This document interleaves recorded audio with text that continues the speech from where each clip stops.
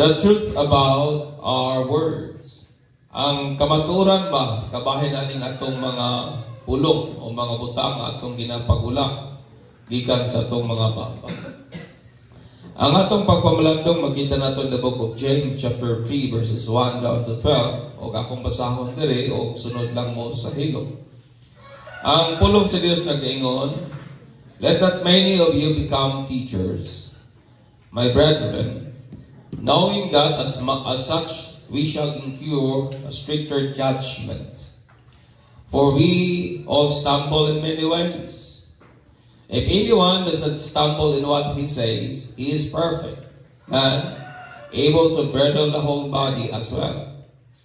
Now, if we put the bits into horses' mouths, so that they may obey us, we direct their entire body as well. Behold, the sheep also, though they are so great and are driven by strong winds, are still directed by a very small rudder. So also, wherever the inclination of the pilot desire, so also the tongue is a small part of the body, and yet it boasts of great things. Behold, how great a forest is set aflame by such a small fire. And the tongue is a fire, the very word of iniquity, very word of iniquity. The tongue is set among our members as that which defiles the entire body, and sets on fire the course of life, and set on fire by hell. For every species of beasts, and birds, and reptiles, and creatures of the sea is tamed. It has been tamed by the human race, but no one can tame the tongue. It is a restless evil, full of deadly poison.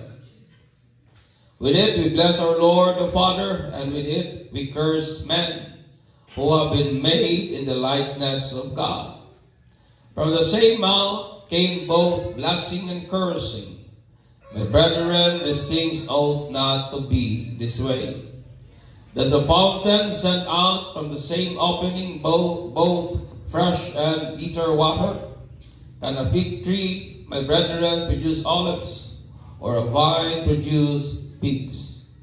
Neither can salt water produce fresh mga igsoon.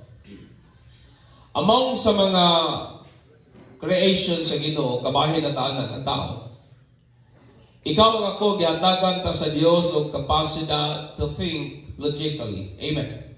May kapasidad kita sa paghuna-huna with reason. May kapasidad kita sa paghuna-huna nga kanang sakto nga paghuna-huna. May kapasidad kita nga mubati og nagkidaiyang emotion sa kinabuhi. Og makahimo kita sa pagpili, pinasikat sa atong kagawasan sa pagpili, sumala sa boundaries nga gisat sa Ginoo mga igsoon. Ang atong mga pulong o kaning words nga nagagawa sa atong mga bakbak, nagaka-produce kini pinagi sa combination sa hangin o sa lihok sa mga muscles nga naa sa ato ang dila mga igsoon. Usa ka ability nga gihatag sa atong Creator nga diin atong gina-express ang ato ang ideas. Amen. Pinagi sa atong mga words, atong gina-expressan ang atong ideas, ang atong hunahuna, ang atong mga opinion, ang atong mga panlantaw. Gina-express usab nato ang atong ginabati, ang atong ginatuuhan, ang atong mga ginadesire o uban pa. O pinagi sa atong mga pulong, nagkasinabtanay gayud kita. Amen. We come to understand each other because sa ato ang mga pulong mga igsoon. Si Jesus nagtudlo ka nato, nga ato bang i-mind with great nga responsibility kining mga pulong atong ginabuyan. Iyang ingon nga ang kahoy is identified by its fruit. If a tree is good, its fruit will be good. Kung ang kahoy naman bad, then its fruit will be bad mga igsoon. Ingon na niya, you brood of snakes, how could evil men like you speak what is good and right? For whatever in your heart determines what you say. Nga kung unsa na kunong na sa atong kasing-kasing, mugula gayud na sa atong mga baba. A good person produces good things from the treasury of a good heart, and an evil person produces evil things from the treasury of an evil heart.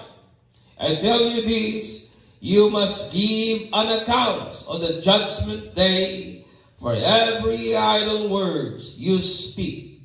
The word you say will either acquit you or condemn you, mga igsoon. Manaingon ni Jesus in the book of Matthew. Nga kining ato mga pulong paninglon gyud ta sa Dios ug puhon, mga igsoon. Ang mga pulong atong ginapagula gikan sa itong mga baba, mao kanang bunga that identified us. Amen. It is the fruit that identified unsa nga klase nga kahoy o nga person kita. And on the day of judgment, ato yun ng mga tubang ta sige according to His word, and we will give an account to every idle, barren, pointless, useless words nga atong gipamulong. Amen. Manubag ta sa matag way pulos, matag empty, matag words nga wa gyud katuturan ug wa gyud kapuslanan nga mga pulong, mga igsoon. Ang mga mananap nga sama sa iro, ereng, baboy o guban pa, may dila usab sila apan wala sila'y kapasidad nga mamulong og intelligenting mga pulong. Amen. They are not able to commune or they are not able to communicate sa ilahang idea o sa ilahang desire. Nakakita na ba mo og iring nga namulong nga giingon gyud ingnan ka gigutom na ko pakanan ako or iro, di ba wala?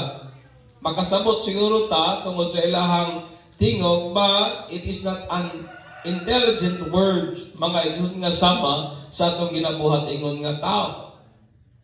Sa diyang gigamit ni James ang pulo nga dila, ang iyang mga recipient nasabtan gid kiniingon nga mga spoken words. Nasabtan nila ikiniingon nga mga pulo nga atong ginabuy-an ba, mga pulo nga atong ginapagula gikan sa atong mga baba, nga may kagahom sa pag-break o sa pag-make sa usa ka tao. It has a power to break or make a man or a person, mga igsoon. So si James naghatag nato practical nga wisdom. Kansang nakafocus sa kamatuoran sa atong mga pulong o niyaning mga musunod nga mga kamatuoran regarding sa ato ang mga word, sa ato mga pulong, mga igsoon. Una, our words have the power to influence change. Kining atong pulong may kagahom nga mo influence o kausaban or kabag-uhan, mga igsoon. And verse 1 down to 4. Si James iyang i-compare ang ato ang dila ngadto sa rinda nga naa sa baba sa kabayo o timon ngadto sa usa ka dakong barko. Rather that is timon nga naa sa luyo nga mo nay nagapaliko sa barko o sa sakyanang panglagat sumala sa desire sa pilot niya nga mong panakyanan, mga igsoon. Diya uban sa rinda sa kabayo gaskig unsa pa na kakusgan, bisag unsa pa na kaisog nga kabayo, mutuman gayud kana, and it will be directed sa kung kinsa man ang nagsakay o nagtimon anang kabayo ang, mga igsoon. Mao po ang barko o ang ship, my friend. Doon sa kadako, driven by large wind, kay during this day, dili pa man, di makina ang ilahang mga sakinang panagat. So driven pa lang siya sa kanang hangin. Ang ato karon driven naman sa machine. During their days, driven sa hangin. O gingon ang Bible, bisan pag unsa ka kusog ang hangin, ang maong sakinang panagat, giyahan gyapon sa maong mga pilots o giyahang kaya dadon sumala sa desire kung ahan niya kini buot dadon mga igsoon, pinagi sa usa ka gamay nga timon. Or rather, my friend, ang atuang thumb, although gamay kay siya nga membro sa atuang lawas, nga di naga-produce og words, mani ang atong thumb. It is a small members of our body that produces words. O kining atuang tongue, mga igsoon, it articulated words, naga-articulate ang mga pulong nga mao kini karon ang atuang speech, nga mao kini karon ang atuang words nga nagagula gikan sa atong mga baba, mga igsoon. Kung inyo nagtanang Bible, naghisgot kamahin sa kabayo o sa barko, o ang word nga directed gigamit bahitungod nila. That's why ni James, ang horse is directed o kanang gigiyahan pinagi sa renda, ang maumampong barko directed pinagi sa maong timon nga gigamit sa maong pilot, my friend. O kini nga word nga directed gikan kani sa Grigong pinulungan nga metago, usa kini ka action words nga iyang kahulugan to change one's mind. Amen. Yung word po nga directed nga nada sa inyong Bible, ang iyang kahulugan ana is to change one's mind or to lead or bring to a different place or state. That is the word nga directed. Pag-usab sa hunahuna, pag-iya ngadto sa imo sang i-guide sa lain-lain nga lugar depende sa imuhang desire. Kini nagpasabot that our speech, kini nagpasabot nga kining ato diay mga pulong may gahom nga mo influence og kausaban o kana nga kausaban mga igsoon nagdepende sa quality sa pulong nga atong ginabuyan. Amen. Our word has the power to influence change. O kana nga kausaban nagdepende sa pulong nga atong ginapamuyan mga igsoon. Si Eva was influenced nga iyang batukan ng Diyos tungod kay iyang gipaminaw ang istorya sa bitin. Amen. Na-influence ang decision ni Eva because naminaw siya sa bakak sa bitin. Ang tribu usab sa Israelite, the 12 tribes of Israel, was so discouraged. Grabe kahugno ang ilang pagbati. Human nga ilahang nadunggan ang negatibong taho sa napulo ka espiya nga ilang gipauna sa yutang saan. Amen. And out of 12, si Caleb lamang o si Joshua ang naghatag og positibong taho.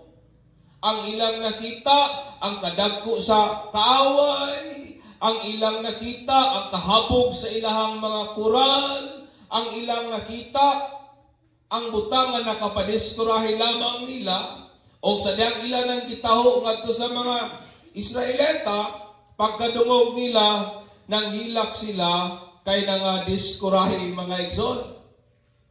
Amen.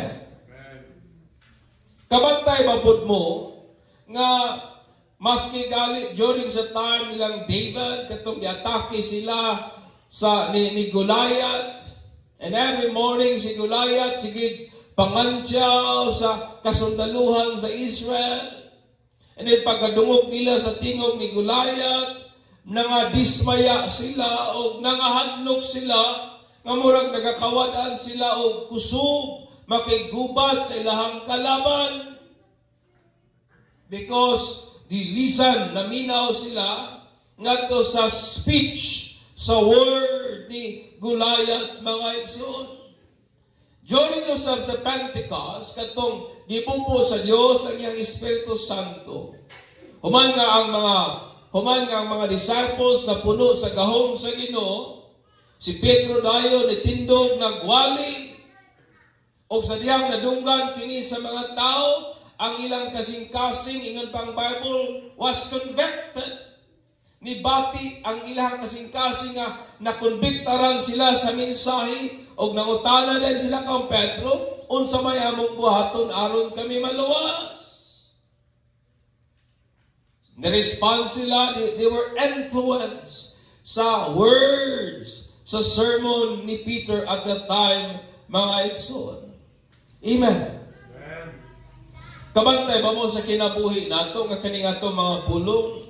It influenced someone else. It influenced their choices, their decision, everything, mga igsoon. Ang word naman nga bradle, it comes from a Greek word, chalig nagogel, nga naghisgot siya sa usa ka ak o usa ka buhat, sa paggiya sa usa ka donkey, nga nagdala og bugat nga load, uban ang mainampingon o may purpose nga paggiya. Kabantay na ba ng taong na ay kanang sa ato siguro kabayo ba nga may bit nga mga kanang sako siguro o mga mais or humay nga ang rider wa siya nagsakay kundi iyang gigiyahan ang kabayo, and that is the idea aning word nga bridle. Iyang giguide sa medyo lisod nga dalan kay dili sa gusto nga madami siyang goods nga iyang gidala o ingon man ang kabayo nga iyang gidala, mga igsoon. Kini naghatag nato sa mga pagpanabot nga ang pagbridle sa ato ang thumb, it means nga pagbutang og control or restraint sa atong mga pulong uban ang mainampingon nga pamaagi. Amen. Putting restraint sa ato ang words uban ang mainampingon nga pamaagi. Tungod kay kung able galita nga kung able nato nga makontrol ang ato ang words, then ingon ang Bible, then we are also able to curb, to control the passions of our body. Amen. Mao nang ingon sa Bible, nga nung usahay maglisod ta og control sa ato ang emotion, nga nung usahay maglisod ta og control sa ato ang passion, tungod kay wa man nato gitimunan, wala man nato girindahan ang atong mga pulong, mga igsoon. Amen. Kabantay ba mo, panahon nga naaka sa kasuko, kung ayaw galing punggin ang imo mga bakba ang words nga imong ibuyan, di ba mo samot og pasilaog sa kasuko, mga igsoon.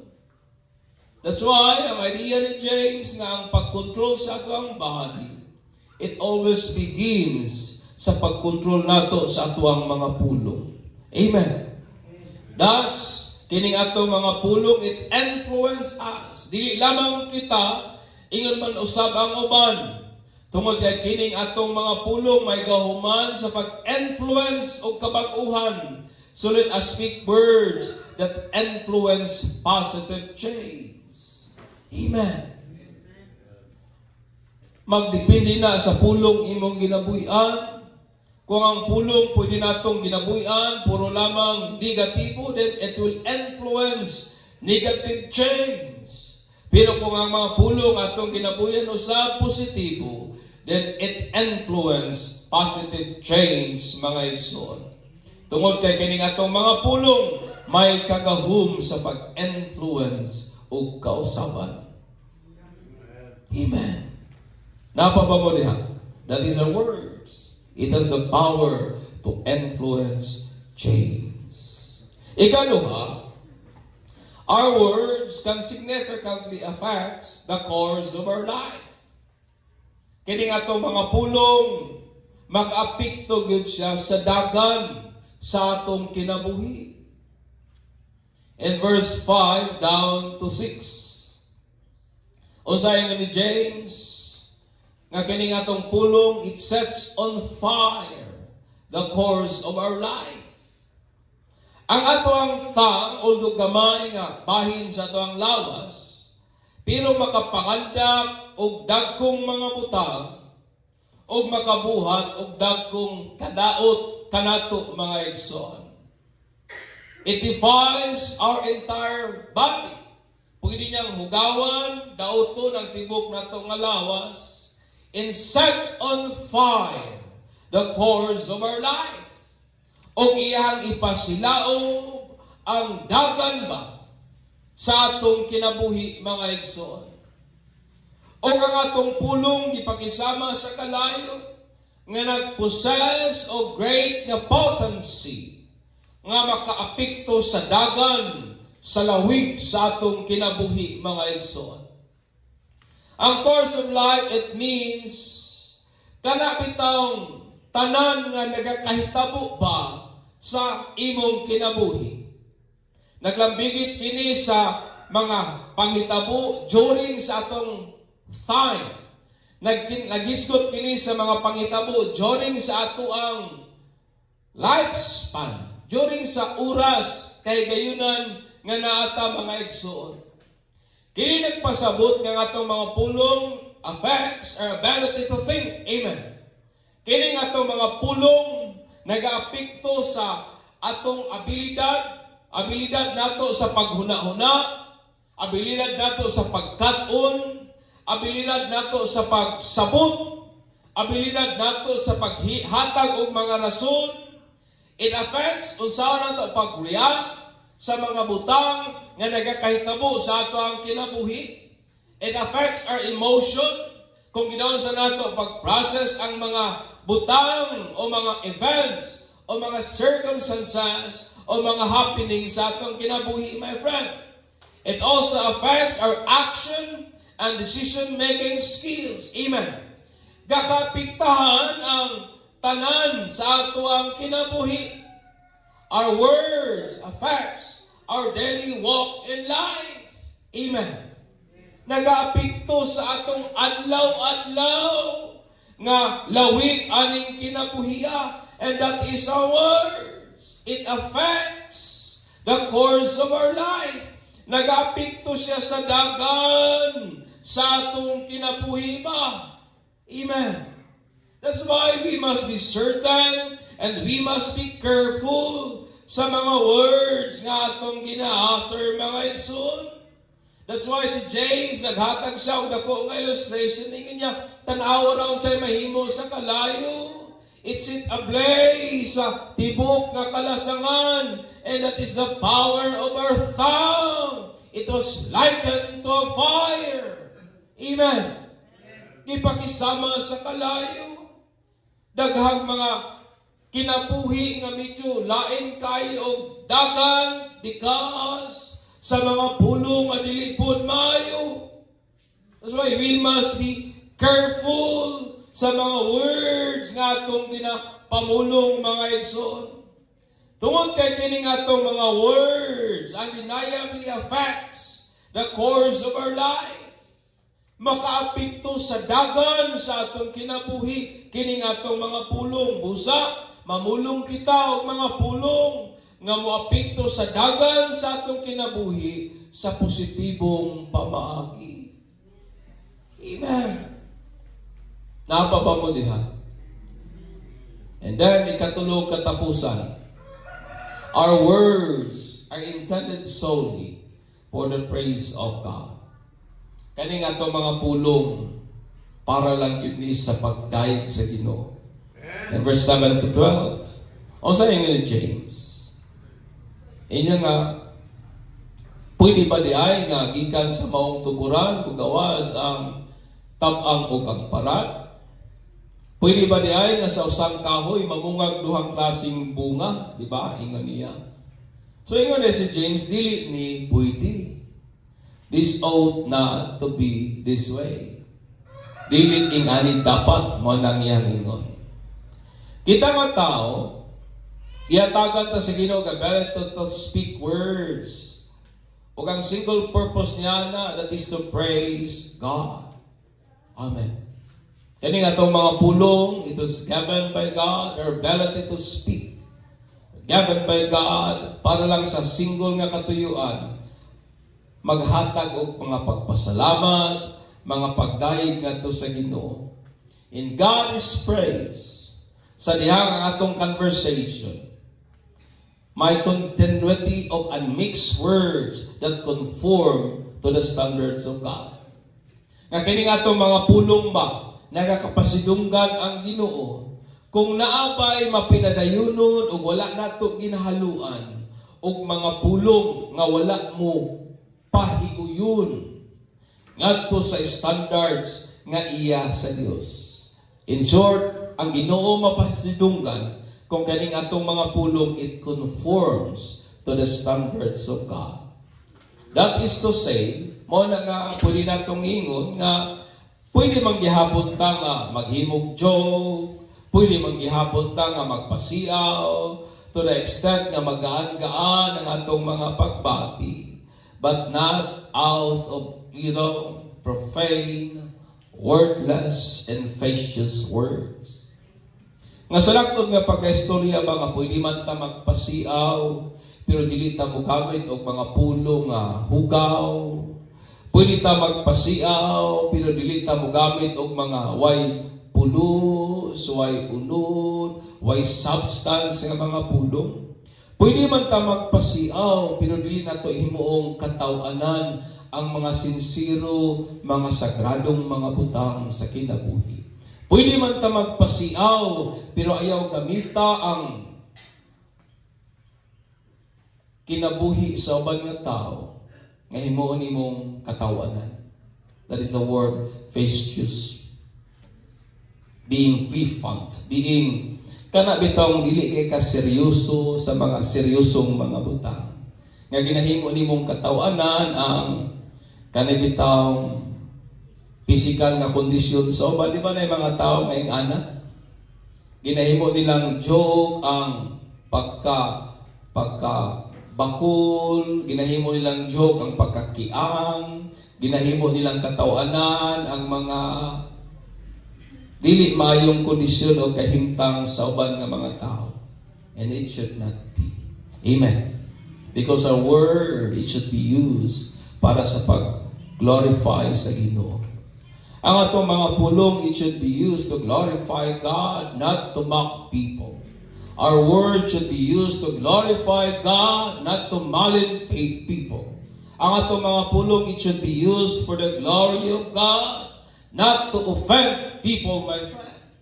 It must be that way. Muna ingon ni James, brethren, these things ought not to be. Dili pwede nga sa maong tuburan, mugawas ang paratok tabang. Dili pwede nga sa maong kahoy mamungag duha ka klaseng bunga. Because the sole purpose of our word is to glorify God. Amen. Muna yun na nagabita ang pulong para nga ikutya ang ubang tao. Do not use your word to kanang mamaliit. Ayaw gamitan ang imong mga pulong nga mag-lockdown sa ubang tao. No. Our word must be used to glorify God. Amen. Amen. That is the purpose of our words. Ang kamatuoran kabahin sa itong mga pulong, mga igsoon, is this, that it has the power to influence change. Muna, kung gusto nimo mausap ang imuhang partner, then speak positively. Gusto kang mausap, then kadadlaw ingnan nimo tanga, kadadlaw ingnan nimo way puot, kadadlaw ingnan nimo way pulos. Gusto nimo imong anak mahimong kugihan, pero ang permi nimo gina-feed sa may tapulan. Gusto nato atong anak mahimong kugihan, pero ang feeding nato sa mind everyday, pagkuhan, mata na mo, mga tapulan, yun mo. Why not usbo nimo ang imong istorya? Pang mata na mo kay ayaw istorya og mga butanga, it will create something negatively sa ilahang mind. Amen. Because words has the power to influence change. Amen. Maski sa ato ang kaugalingon, usahay ang atong pulong kinabuhian sa atong kaugalingon, wagi ko'y nada, wagi ko'y pulos, wagi ko'y ayo, wagi ko'y nahot. Sa una rana, pero sa dihang nana ka kang Kristo, nausap na ang tanan. Amen. That way, speak words. Because word has the power to influence change. Ang kamatuoran sa itong mga pulong is significantly affect the course of our life. Muapikto yun sa dagan sa ato ang kinabuhi, mga igsoon. Kabantay ba mo nga kaning atong mga pulong, it affects our mood? Di ba?